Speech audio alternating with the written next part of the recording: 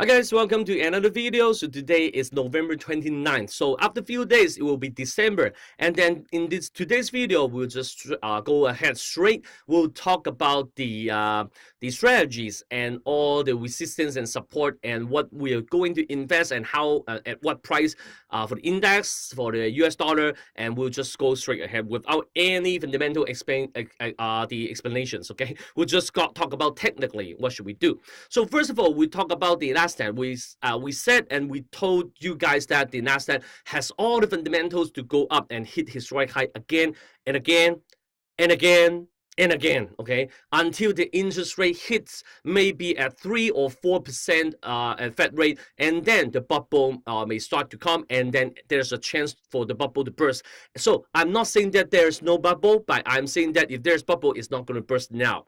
Also, technically, we're looking at 6,900 points as the target, and now yesterday the Nasdaq, the price has stayed above 6,900. So the next target, of course, is 7,000, but I really do not like those whole numbers, okay? So we are thinking about the 7,050 points. That's the target. And as long as the price is not coming back down 6,900, and then you're good to go. So any technology stocks like Google, we talk about how they have the penalty, but I think people, the market has anticipated already, because things had the penalty, the cost has been paid already. So the stock market is looking for future, right? So Google, the stock market, the stock price has gone up really high, and then it's now, I think, it's really hard for the price to get back down to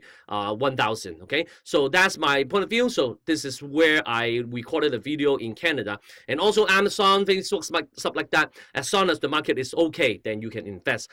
So look at today. So if the S&P 500 is not going down again and the Nasdaq is going down, we're good to go. So the second one is US dollar, because as the FOMC meeting is approaching, people is going to reflect how the Fed rate is going to go up, right? So this one, we really had a cut loss, because at this level, it's a really beautiful pattern, head and shoulder pattern, and then it stay above, and boom, it came back down. We just scratch our head until we bleed so much. We don't understand why the market made such a good, nice pattern, and then it failed. But things happen, right? So we follow the strategy, and then you can short the US dollar, in which I suggest you guys, if you have higher risk tolerance, then you can do that. But for me, I didn't do anything until yesterday. The US dollar has rebounded, and also because of the reason, people think that the North Korea has launched their 6th missile. And then people have been panicked, right? But US dollar is still going strong.